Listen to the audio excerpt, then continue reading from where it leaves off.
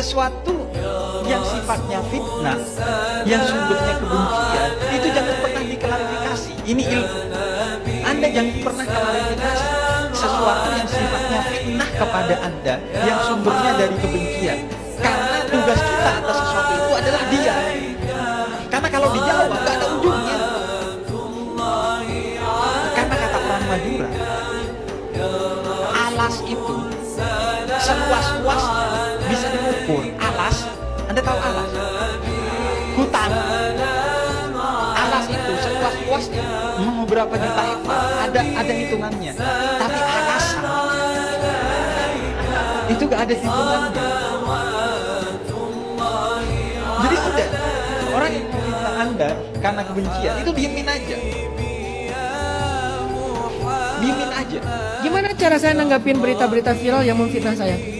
Saya pakai cara Sayyidah Maryam. Lan ukallimal yaum insiya. Saya nggak akan jelasin apa-apa, saya nggak akan ngerespon siapa-siapa, saya diam biar Allah yang respon.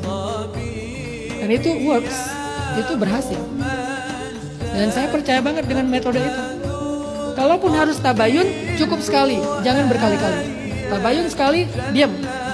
Walaupun diam itu gergetan sih. Banyak orang yang nggak mampu diam kan, kepancing kan, nge-replay komennya, ngebales lah. Nggak, diam aja. Kenapa? Kalau saya diam, Allah yang bicara.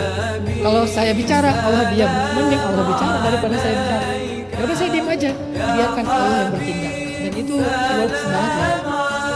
Daripada kita cerita kemana-mana, daripada kita rame, malah bukan mendatangkan simpatik. Orang cuma jadi bahan gosip doang. Sementara orang yang kita target nggak peduli juga. Allah. Orang yang menuduh macam-macam itu dua. Andai tuduhannya itu benar, diceritakannya, dia sudah kena riba. Andai tuduhannya itu tak benar, maka fitnah. 2 kali dia kena. Andai benar sekalipun, riba. Andai tidak benar, fitnah. Tak ada untungnya. Itu yang disebut dengan dosa kering. Kenapa dosa kering? Dapat dosanya, tak dapat. Kalau orang korupsi itu masih dosa basah, masih dapat duitnya lagi. Ini udahlah duit tak dapat, untung tak dapat, dosa dapat, pahala orang pula pindah, pahala kita pula pindah ke dia. Nah itu maka disebut orang dengan dosa kering. Pernah ibu-ibu dengar dosa kering?